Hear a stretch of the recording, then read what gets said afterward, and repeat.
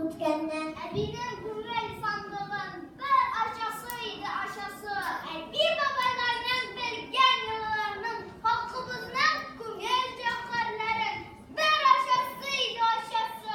Şulay deysizmi? Yegi saçı alay bulgaç, tüzülüşüp otururuz yanıma. Kebi baylarının kiyimleri, mine şunday sandıklarda saklangan. Mine bu zatlı sürgüler.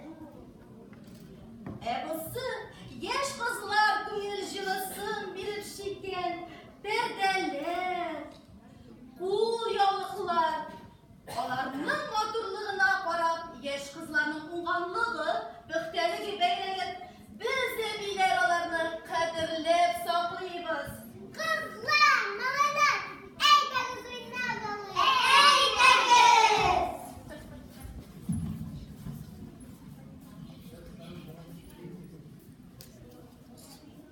Uyanlarım yeşil yeşil, yeşil şiirim aslında.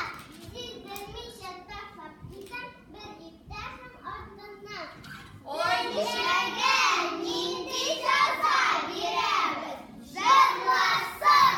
Ay işi kungallıydı bu yıllar, bir de yaşamlar neyse düşünme.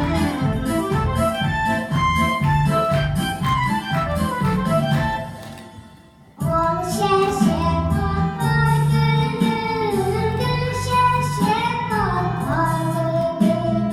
Ol şeşe kopar gönül, yaşasın tufan.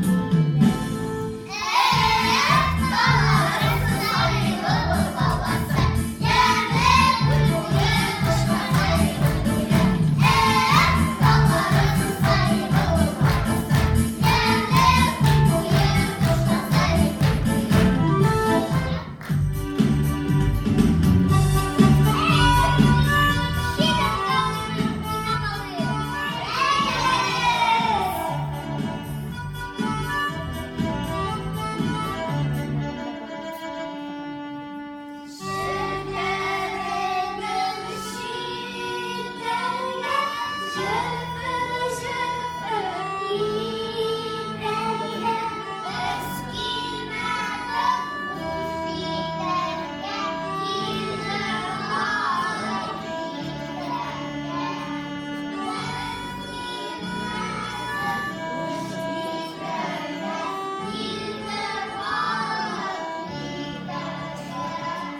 Alın alasız, miken gülün alasız, miken urtanı başarıp sayla gülü alasız miken.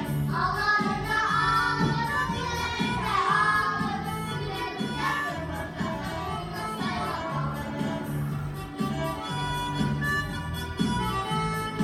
Rahmeti tıkayım sandıklar sarı bildikinde.